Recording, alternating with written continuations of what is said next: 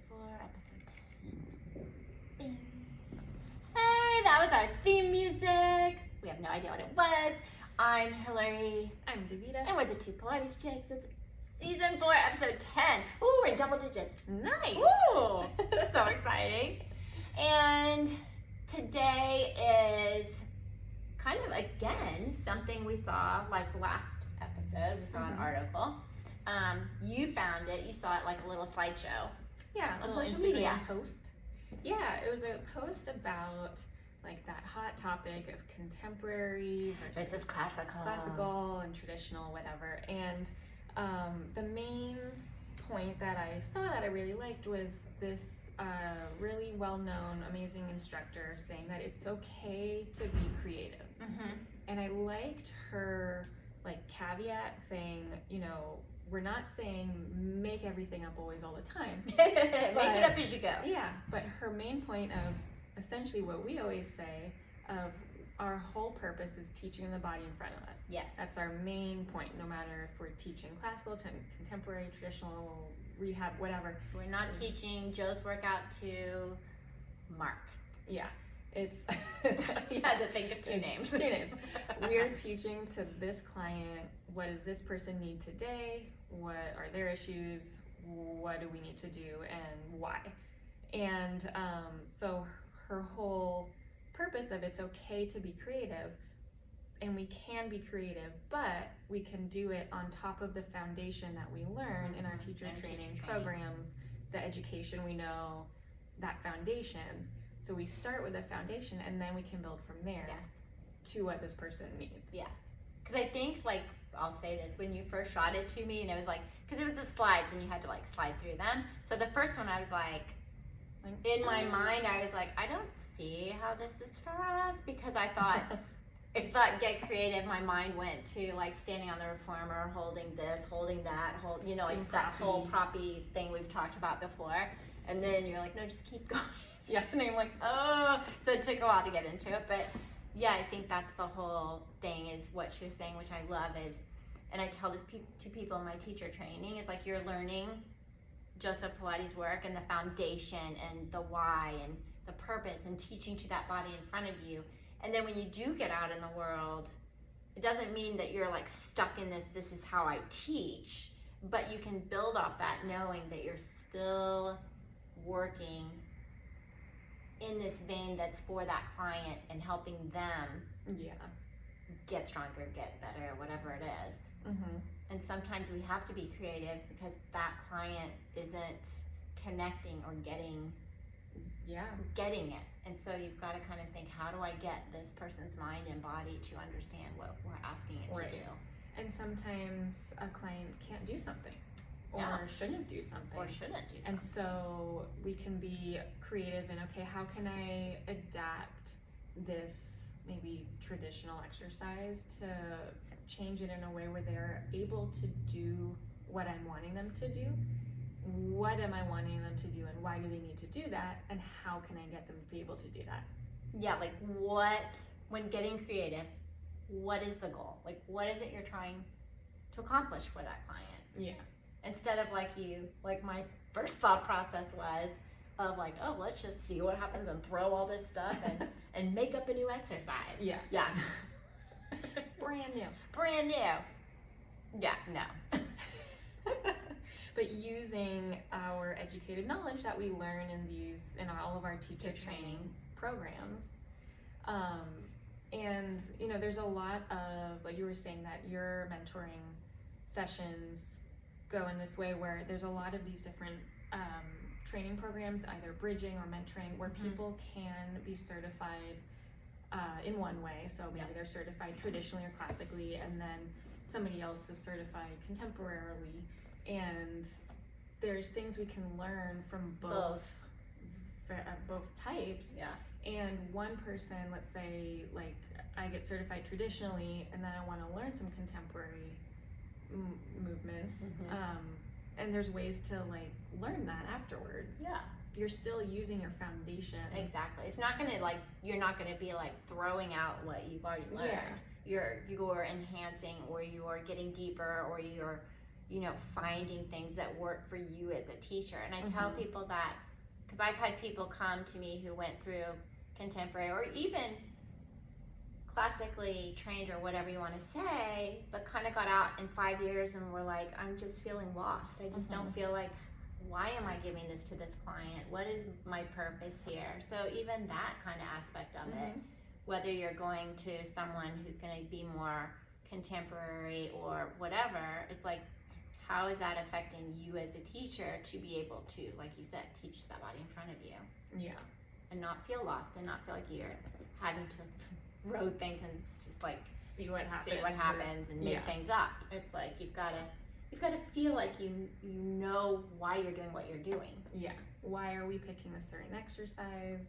Why are we using a certain prop, like we talked about in the proppy line? But yeah, that question of like, why are we doing something? How can it help that person? What do they need? Yeah. And I think some people, and we kind of went over it last episode, but not really, but we talked about this is because we talked about labeling, and you've got, it used to be just like, classical and whatever, and contemporary, and like contemporary to me was more of kind of going into Eve Gentry, going into these kind of branched off of the traditional work, right? It wasn't like making things up.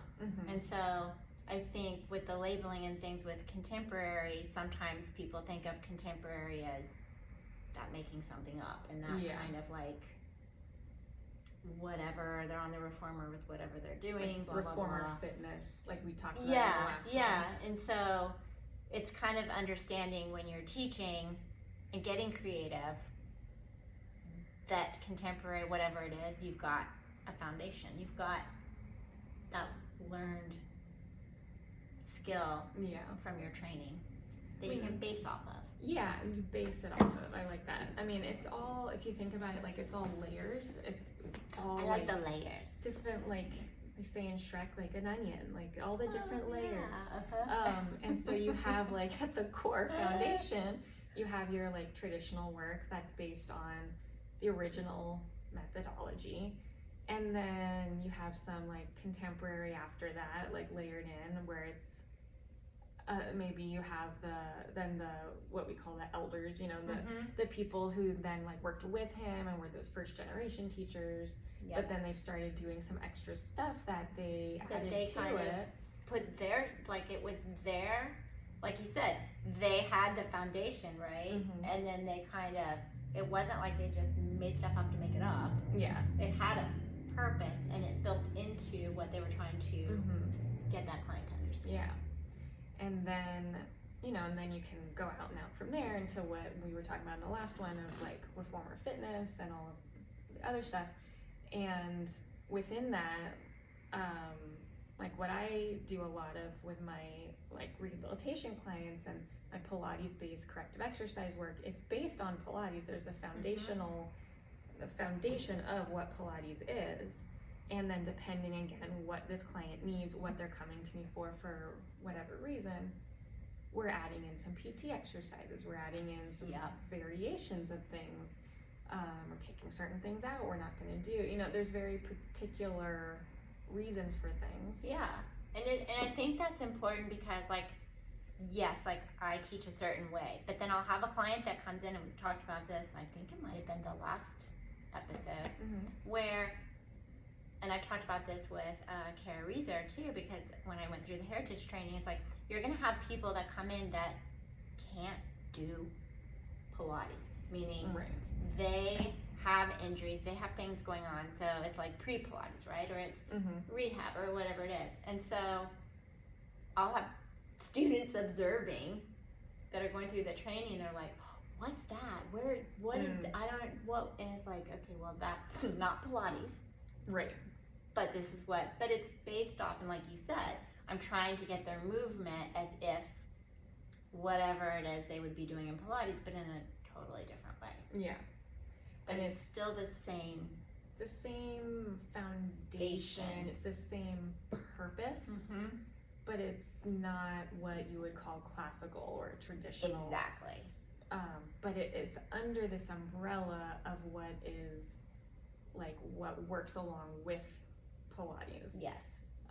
Because again, teaching to the body in front of you, getting the movement for that client.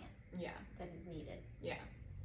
And I know, like you're saying, with a new teacher or a student teacher, when they're going through the programs, they see all these other things, and they're like, wait, how do I not know that? Oh my God, I need to learn that. I need to know that. You're like, oh no, this is years of. Like, you do need a foundation. Yes. You need, and it's the same, like for me, coming from ballet, you need a classical foundation before you can start making things up and doing crazy tricks and things. Not that we should do crazy tricks in the studio, but you know, in order to build off of something, you need to understand deeply the foundation, where you're starting from, and then you can build and off then you of can that. build from that. And that's the elders, you know, that first generation, they work directly with Joe Pilates, and Like Kathy Grant's a classic. I mean, example of working with him, keeping his work, but then having her work, but it fed into, and the foundation was completely partnered in. Yeah. And so, was she contemporary? Probably at the time that would have been considered. Exactly. Which is interesting. Yeah. Because I mean, if you want to put a label, things change. Yeah. But yeah, it's like this whole. I had a friend who was a teacher, and I used to say she was born in the wrong time, because she always hit me as like a '60s flower child, and she just like talked like that, and she moved like that, and she was just like in her own little world. But she loved to make up exercises. And she would be in the studio, and she would just be making stuff up, and she was like, oh, I just made it up. But it's like, looking back, and she made it up, but it really was, she was like just taking an exercise that was there, and just her mind would work in this way of like, oh, for this client, I think this might be good to do, but it still was the exercise that was the foundation. Yeah. And my mentor used to walk by and say, oh, I do that all the time. Like, he didn't let her think she made anything up. But yeah, it wasn't like she was like making it up in her brain. But it was from that foundational knowledge. Yeah. And whatever that person needed at the time. To the body that she was looking at and teaching. And I think that is a good skill to have, because if somebody, like as a teacher, if somebody comes in and like we're saying, they can't do a certain thing, nothing's working for them, like I'm sure everybody's had the experience of a client where you give them this, that doesn't work, you give them this, and just nothing seems to be working for them. So to be able to deeply understand the work, be seeing this person in front of you, in a quick decision in the moment, figure out how to get something to work for them safely and effectively, that's a hard skill to master. And that's something that takes, and I think it's important, and I try to stress this with newer teachers, it's something that you just have to be patient with, because it takes time, and it takes different bodies that you're teaching over time, because you learn from each body you're teaching. Definitely. And so when you are going through training, you're teaching healthy people usually. Right. Who don't really have issues. You're just trying to learn. As you should be as a new. As you should. Yeah. But then you get out, and then all of a sudden you're getting, like you said, with people like, oh, they can't do that. Right. Or that. Or that. Or that. Like, so how we'll just sit here for an hour. Yeah, right. So, yeah, exactly. Like, what are you going to do with them? You have to be creative safely with that foundation, but you need to be creative and figure out what to do with this person, how to make that connection happen, how to get them to move in some way. But thinking about, like, because I know you've had a couple of clients in the last year that we've talked about, and I have one now, but if you were a newer teacher, like, you know, fresh out of school, and you can give an example, but I had a client who I talked to you about, male, older, and had frozen shoulder and now has arthritis, and literally can't lift his arm without his whole shoulder going up into his ear. Yeah. And I mean, the range was like, and if I were a newer teacher, I would just be like, oh my God, because his range, pain, this, that.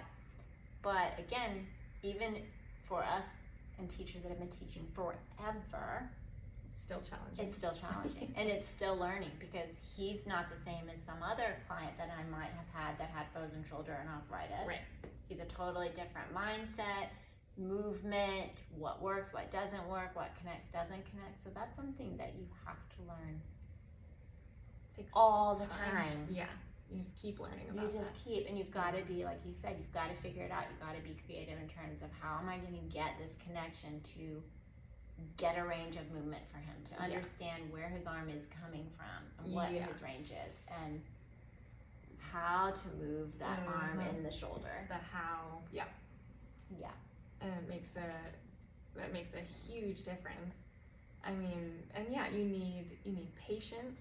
You need some intuition. You have to be able to feel in your body what they might be feeling. Yeah. Kind of think of it in your body and feel what might need to be happening. And not what you want to happen. Definitely, yeah. Because you don't want to assume that they can or can't do something. You want to be basing your decisions off of what you're actually seeing, what is actually needed. Yeah. Instead of going, well, it needs to look like this, so they have to do this. Yeah.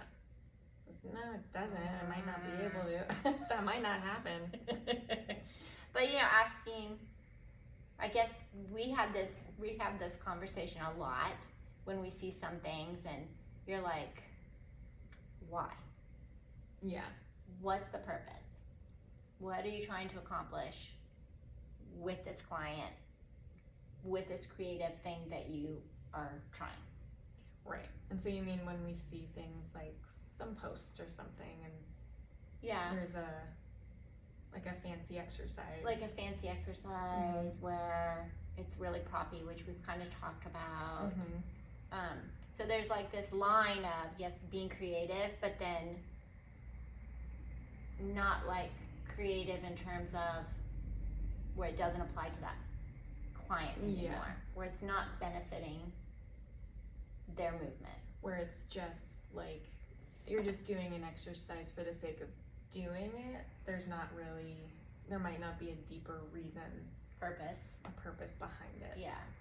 Because we say that all the time. We're like, we'll see this, and we're like, but why?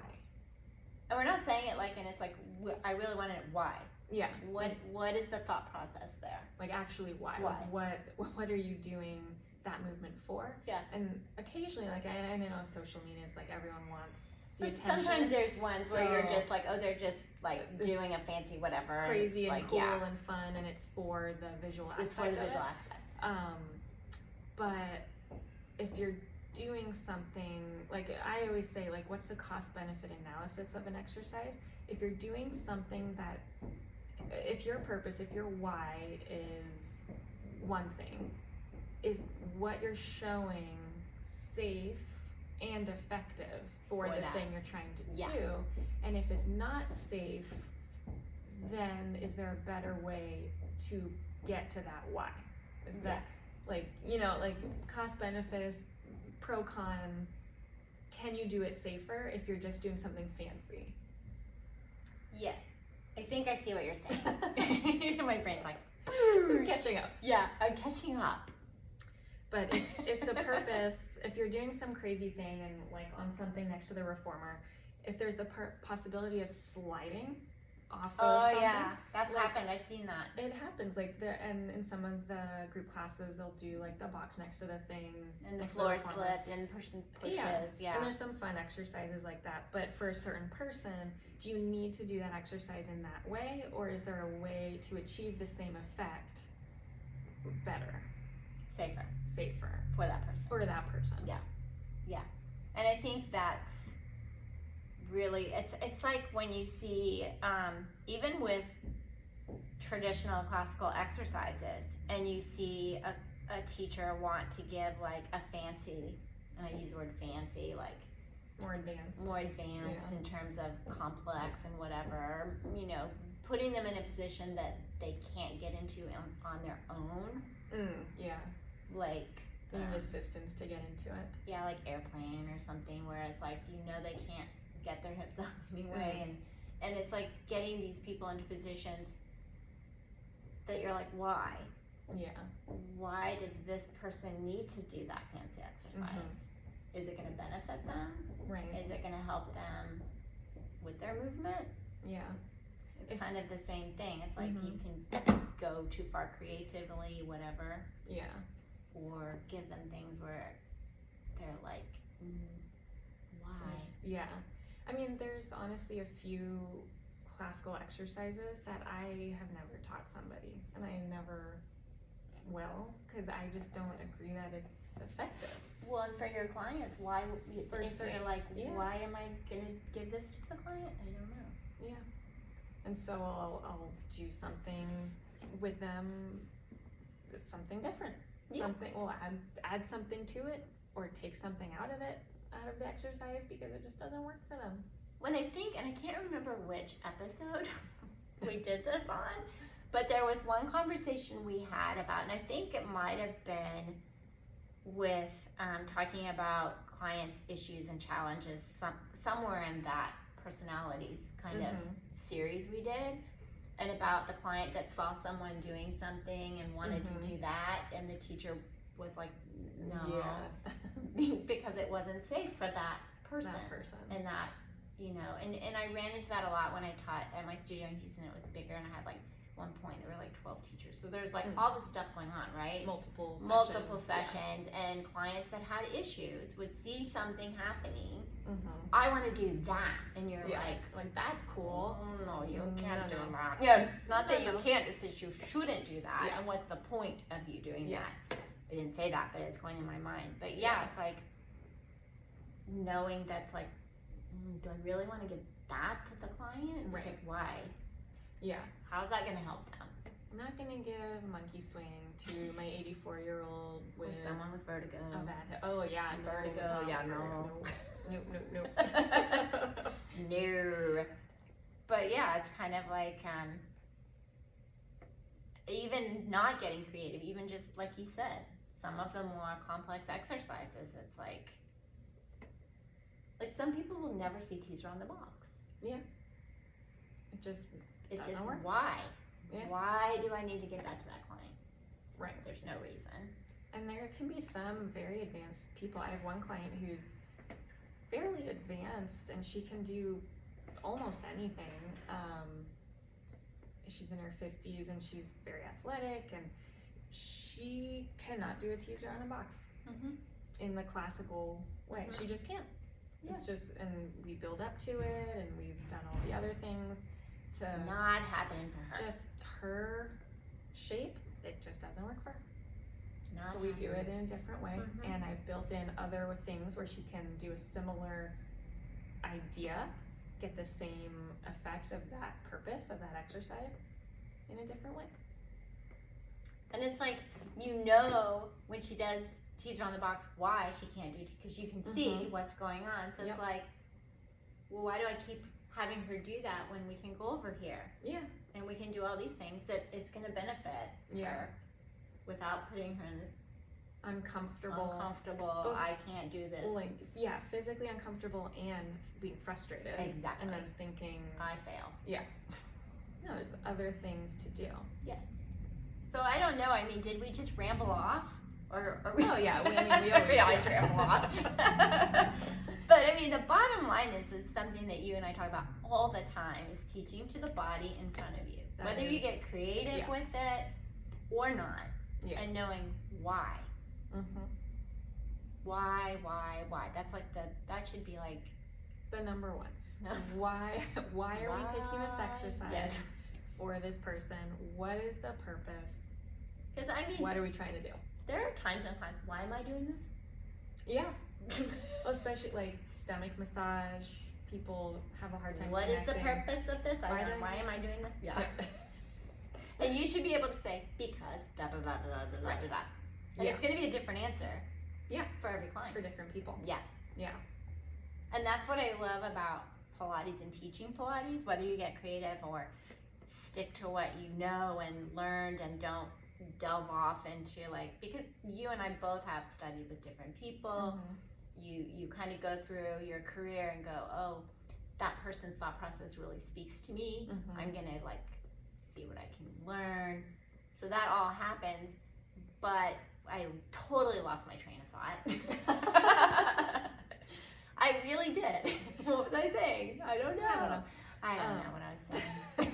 But you can teach to you can go either very traditionally and stay on that track, or you can add some stuff to it. Yeah.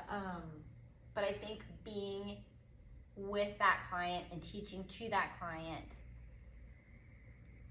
you've just got to, I tell this people when they tell students, it's like you've got to see the client, hear the client, and watch the client, because they're giving you the information you need. Mm-hmm. And the client often can't verbalize essentially what they need. Sometimes they can, but often their words are like, you have to still listen to what they're saying, but that's watching how they sit and stand and move and just observing is almost more important than just hearing what they have to say. Yeah. But we still want to listen. We still want to listen. And I got my train of thought back when you just said that. Is when we were talking about stomach massage. Mm-hmm. And your answer is going to be different to every client. And that's what I love about Pilates, is that you could say, I'm giving stomach to massage to this person for this. Mm-hmm. I could have that same client and give them something completely different for the same purpose that you picked stomach massage. So I think that's also something that kind of goes back to being your authentic self, and also teaching to the body in front of you, is there's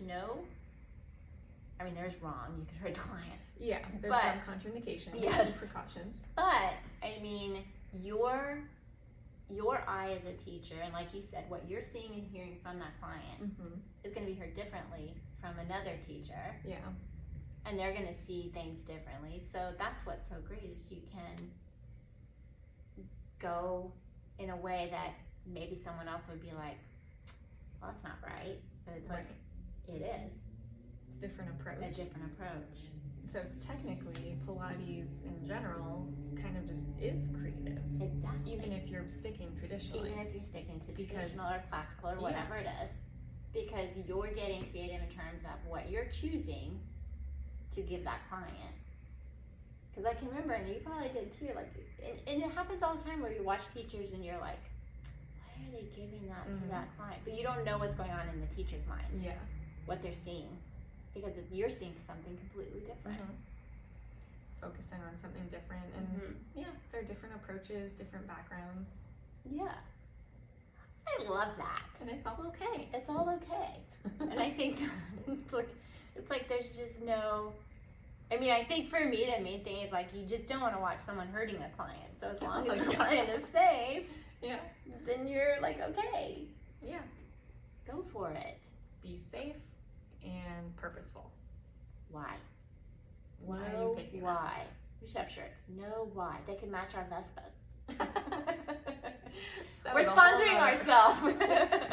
We're sponsored by 2 Pilates chairs. Yeah. We are sponsoring ourselves because we decided to do that this week. Because we're awesome and we appreciate all our listeners. And we love our listeners. And before we go, because I think, should we shut it? Should we kind of like bring it to like a moment of this whole contemporary classical that got started by this Instagram post? Because I think it's like, kind of goes back to what we talked about in episode 9. Is there's no, like, it shouldn't be versus classical, contemporary versus reformer fitness or whatever it is. Yeah, it's kind of like, as long as you're teaching to the body in front of you, and you know why, you're teaching your authentic self. Then it's okay. It's okay. And there's space for all of it. There's space for everybody. And just be clear on what you are teaching and why. And why. Because I guarantee you at some point a client will go, why am I doing this? What is the purpose? What is the purpose? Yeah, what is the purpose? Tell me. And I it's don't not know. to make your glutes strong. I don't know. What's the purpose? Yeah. What do you feel? What are you feeling? What do you feel is going on? Turn it back around. So yes, we're sponsoring ourselves. And I know what I wanted to say was, we're on Instagram now, and so we just want to thank everyone that's followed us, because we're just organically growing, like our podcast. We hope you're listening out there. Yay! So feel free to go on our website or DM us if you have any thoughts or ideas for us. Questions. We're always open to that. Yeah. Yeah. And that's it. We're good to go. Thanks for listening.